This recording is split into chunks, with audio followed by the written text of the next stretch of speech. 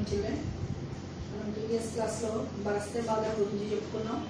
कवि का नाम सुमित्रानंदन पंत. सुमित्रानंदन प्रकृति के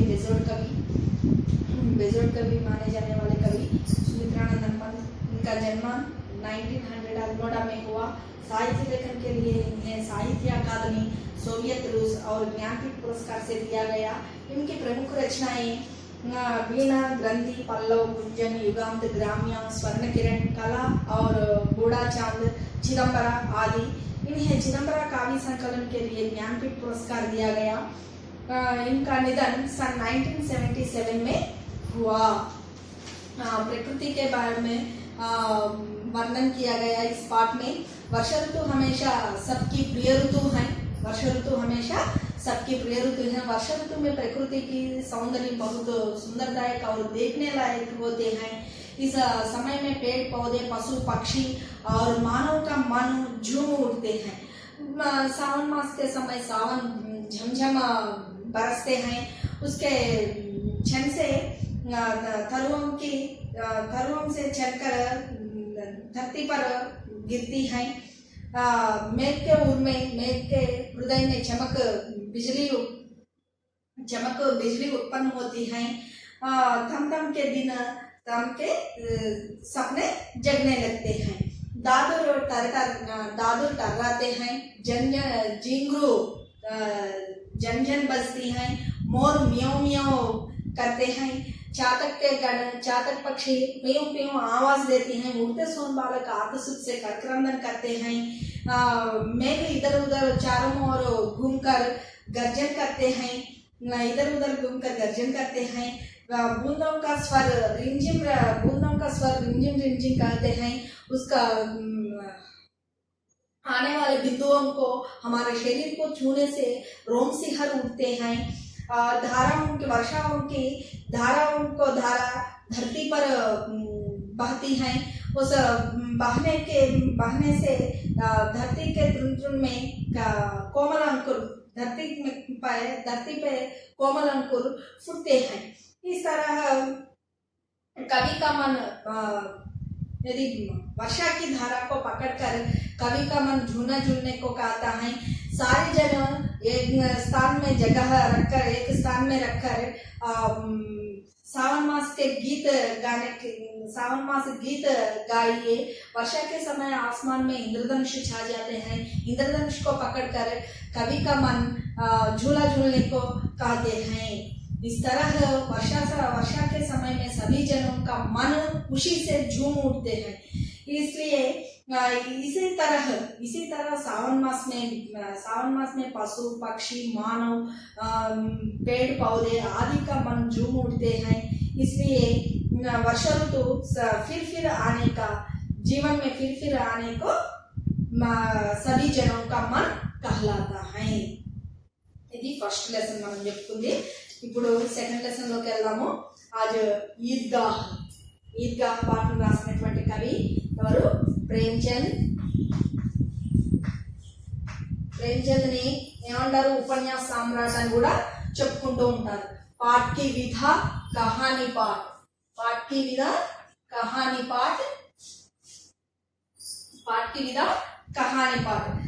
ప్రేమ్చంద్ ఒకసారి మనం చెప్పుకున్నటువంటి లెసనే అయినప్పటికీ సరే మీరు వింటూ ఉండాలి. ఎన్నిసార్లు చెప్పినా కొత్తగానే ఉంటుంది. విన్నటువంటి వాళ్ళు ఇంకా బాగా తొందరగా వచ్చేటట్టుగా అర్థం చేసుకోవాలి. प्रेमचंद कवि परिचय. प्रेमचंद का जन्म एक गरीब घराने में काशी में 31 जुलाई 1880 को हुआ. इनके बचपन का नाम धनपत राय श्रीवास्तव था. इन्होंने ट्यूशन पढ़ाते हुए मैट्रिक तथा नौकरी करते हुए बीए पास किया. इन्होंने लगभग 1 दर्जन उपन्यास और 250 कहानियां की.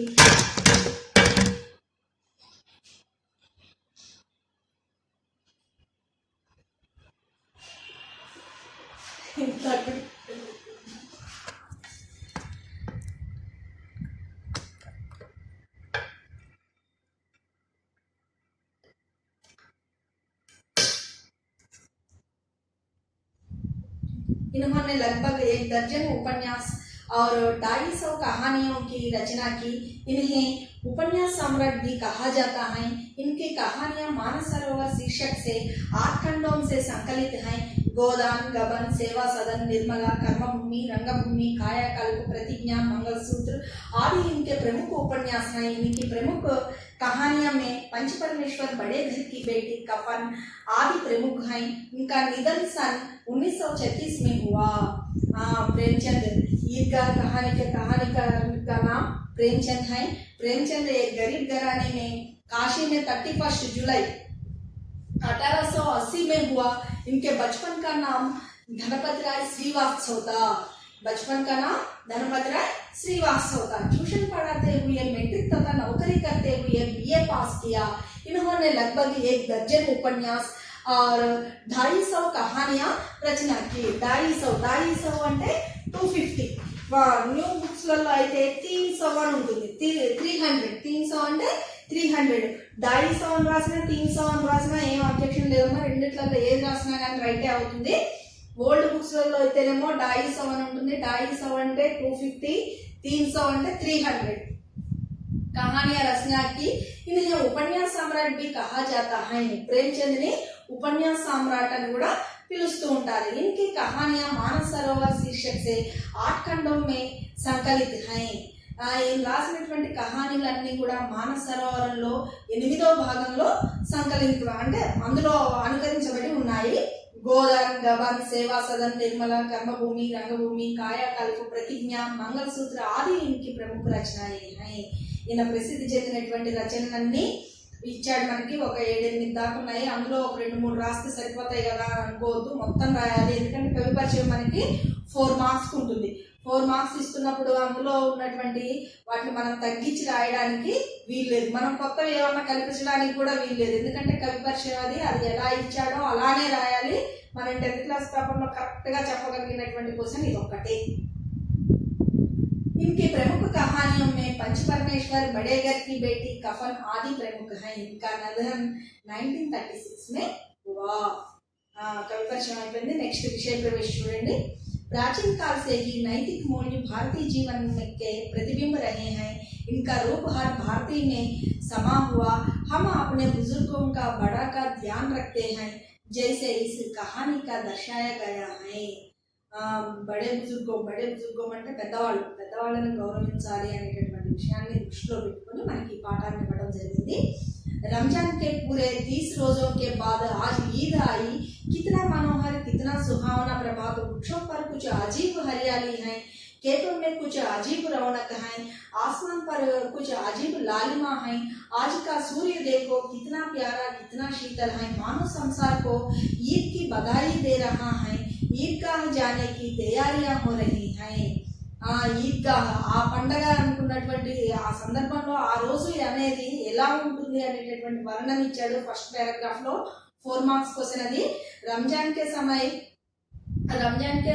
समय त्योहार, रमजान त्योहार के दिन वातावरण का वर्णन कीजिए, ప్రకృతి కా వర్ణన్ కీజియే అన్నప్పుడు ఈ పారాగ్రాఫ్ మొత్తం రాయాలి। రంజాన్ అంటే మనం డైరెక్ట్ గా స్టార్ట్ చేయకూడదు। రంజాన్ అనేది ఎవరి యొక్క పండుగ? ముస్లిమానుల యొక్క పండుగ। मुसलमानों का प्रमुख त्योहार रमजान है। ईद 30 दिन मनाते हैं और आखिरी दिन में ईद के रूप में त्योहार मनाते हैं। आज 30 दिन होने के बाद ईद आई। इस दिन कितना मनोहर, कितना सुहावना प्रभात। वृक्षों पर कुछ अजीब हरियाली होती है और कुछ अजीब रौनक है, आसमान पर कुछ लालिमा होती है। आज सूर्य देखो कितना प्यारा, कितना शीतल और मानो संसार को ईद बधाई दे रहे हैं। आज सूर्य देखो ईद की बधाई दे रहा है।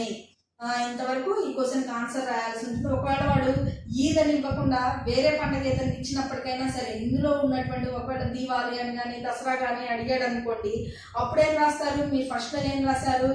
ఈద్ ముసల్మానోं का प्रमुख त्योहार है అన్నారు కదా, ఇప్పుడు ఇక్కడ ఏం పెడతారు? హిందువుं का प्रमुख त्योहार అని చెప్పి దసరానో దీపావళి ఏదో ఇస్తే అది రాసేసి कितना प्रभाव, कितना प्रभात, कितना सुंदर है, वृक्षों पर कुछ अजीब हरियाली होती है, ఇదంతా కూడా యాజ్ టీజ్ గా రాసుకుంటూ వచ్చేయచ్చు। అక్కడ మీరు తీసేయాల్సింది అంటే హిందువుं का प्रमुख त्योहार అని పెట్టి మన హిందువుల పండుగ ముస్లిమ్స్ పండుగను వస్తేనేమో అది, లేదా క్రిస్మస్ గురించి రాయమంటే క్రిస్టియన్స్ ఏమంటాం ఈసాయియోం అంటాం. ఆ పండుగ గురించి రాసేది, మ్యాటర్ మాత్రం సేమ్ గా రాసేయచ్చు. लड़के सबसे ज्यादा प्रसन्न हैं, बार बार जेब से खजाना निकाल कर गिनते हैं. महमूद गिनता है 1 2 10 12. उसके पास 12 पैसे हैं. मोहसिन के पास 15 पैसे हैं. इनसे अनगिनत चीजें लाएंगे, खिलौने, मिठाइयाँ, बिगुल, गेंद और न जाने क्या क्या. और सबसे ज्यादा प्रसन्न है हमीद. वह बोली सूरत का 4-5 साल का दुबला पतला लड़का था. उसका पिता गत वर्ष हैजे की बेंट हो गया और माँ न जाने क्यों पीली पड़ती गई और एक दिन वह की परलोक सिधार गई. किसी को पता न चला कि आखिर अचानक यह क्या हुआ. ఇక్కడంతా పిల్లల గురించి పరిచయం చేస్తూ ఉన్నాడు. ఫస్ట్ మనకి ఇచ్చినటువంటి పారాగ్రాఫ్ లో పిల్లలు ఒకరికొకరు ఫ్రెండ్స్ ఉన్నారు. వీళ్ళంతా కూడా ఎక్కడికో బయలుదేరుతూ ఉన్నారు, అంటే ఎగ్జిబిషన్ కి అట్లా బయలుదేరుతూ ఉన్నారు. అప్పుడు బయలుదేరుతూ ఉన్నప్పుడు పిల్లలు జనరల్ గా వాళ్ళ దగ్గర ఎంత ఉన్నాయి, డబ్బులు ఎంత ఉన్నాయి, మనం దాచుకున్న డబ్బులు ఎన్ని, అమ్మని అడిగినవన్నీ, నాన్నని అడిగినవన్నీ, మనకన్నా పెద్దవాళ్ళు అన్నయ్యలు కానీ అక్కలు కానీ ఎవరైనా ఉంటే వాళ్ళని అడిగినవన్నీ అని చెప్పి అందరు ఫ్రెండ్స్ అంతా ఒక చోటు కూర్చొని లెక్కేసుకుంటూ ఉంటారు కదా, అలా లెక్కేసుకుంటూ ఉన్నారు. ఒకరికొకళ్ళు జేబుల్లో నుంచి తీసుకుంటూ మొహమ్మద్ అన్న అబ్బాయి లెక్కేస్తూ ఉన్నాడు. 1 2 10 12 అని చెప్పి లెక్కేస్తూ ఉన్నాడు. మోహసిన్ కే పాస్ కేవలం 15 పైసే హై. మోహసిన్ దగ్గర ఎన్ని ఉన్నాయి? కేవలం 15 పైసలు మాత్రమే ఉన్నాయి. ఇన్సే అన్గినత్ చీజన్ లాయింగే. ఆ డబ్బులతోటి ఆ అబ్బాయి అనుకుంటున్నాడు ఎన్నో కొనుక్కోవచ్చు, నేను చాలా లెక్కలేనని కొనుక్కోవచ్చు, అందులో ఏమేమి కొనుక్కోవచ్చు అంటున్నాడు. కిలౌనే బొమ్మలు, మిఠాయియా, స్వీట్స్, బిగులు అంటే ఏంటి, బిజిల్, గేంద్ ఆడుకునేటటువంటి బాల్, ఇలాంటివన్నీ కూడా ఎన్నెన్నో కొనుక్కోవచ్చు అనుకుంటున్నాడు. కానీ और सबसे ज्यादा प्रसन्न है हमीद. ఇన్ని డబ్బులు ఉంచుకొని వాళ్ళు అవి కొనుక్కోవాలి అని చెప్పి అనుకుంటూ ఉన్నారు కదా, వాళ్ళందరికన్నా కూడా చాలా హ్యాపీగా ఉన్నట్ట హమీద్ అనేటటువంటి పిల్లవాడు. బోలీ సూరత్ కా 4-5 साल का దుబలా పతలా లడకా తా. 4-5 साल అంటే 4-5 సంవత్సరాలు కలిగినటువంటి అబ్బాయి దుబలా పతలా లడకా తా. దుబలా పతలా అంటే పక్కపలుసగా ఉన్నటువంటి ఆ అబ్బాయి. उनका पिता गत वर्ष हैजे की बेंट हो गया. हैजे అంటే కలరా వ్యాధి, అది వచ్చి మరణించాడు. माँ ना जाने क्यों पीली पड़ती गई और एक दिन वह भी परलोक सिधार गई. కొన్ని రోజులకి వాళ్ళ అమ్మ కూడా పీలి పడితే అంటే బక్కగా అయిపోయి రక్తహీనత వల్ల వాళ్ళ అమ్మ కూడా చనిపోయింది. కిసీకో పతా నా చలా కి ఆఖిర్ అచానక్ యహ్ క్యా హువా. కానీ ఆ గ్రామంలో నివసించేటటువంటి వాళ్ళందరికీ కూడా అసలు వాళ్ళ అమ్మ ఎందుకు చనిపోయింది ఏంటి అనేది రీజన్ అర్థం కాలేదు. ఇప్పుడు ఇందులో మనకి వచ్చినటువంటి దాని ప్రకారం మనం ఏం నేర్చుకోవాలి, హమీద్ గురించి తెలుసుకోవాలి. హమీద్ 4-5 साल लड़का था, दुबला पतला लड़का था. బోలీ సూరత్ అంటే నాదాన్ బచ్చా. బోలీ సూరత్ అంటే ఏంటి, నాదాన్ బచ్చా. నాదాన్ అంటే ఏంటి, అమాయకత్వం. బోలీ సూరత్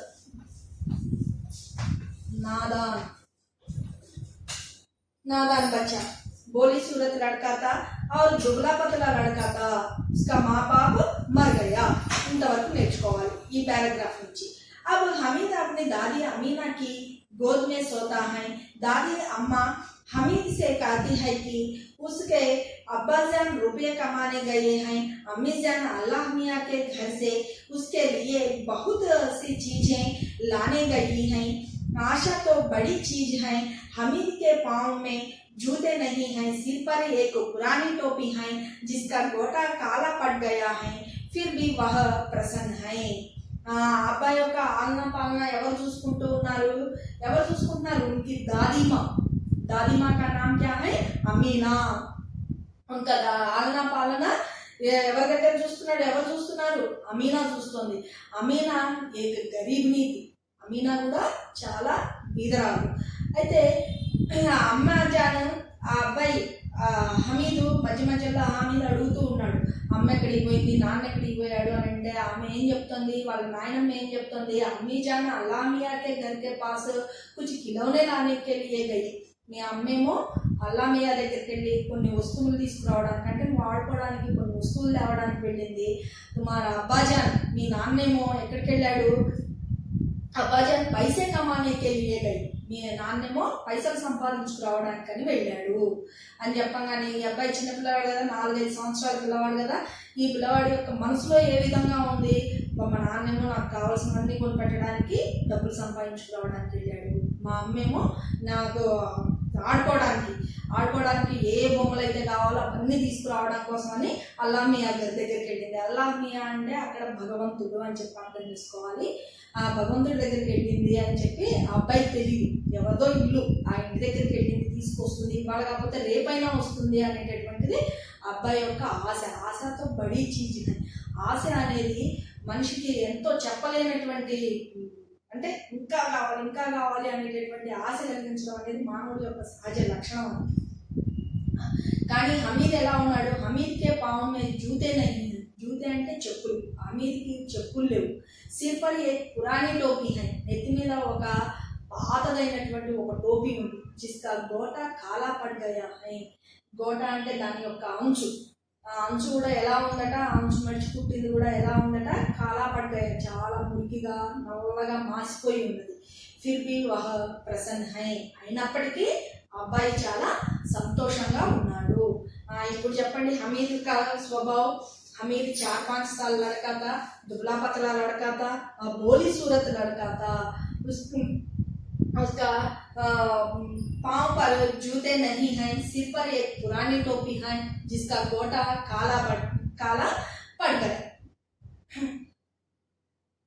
उनका आलन पालन अपने दादी माँ अमीना के पास, आलन पालन के लिए अमीना अपने दादी माँ के पास, अमीना दादी माँ के पास है। दादी माँ कहते हैं कि एक दिन हामिद ने अपने अम्मी और अब्बा जान के लिए कहते हैं, अब्बा जान के लिए पूछते हैं। दादी माँ ने कहा कि अम्मा अल्लाह मियाँ के घर को जाकर कुछ खिलौने लाने के लिए गए, अम्मी अब्बा जान कुछ पैसे कमाने के लिए गए। इस बात सुनकर हमीद बहुत प्रसन्न था।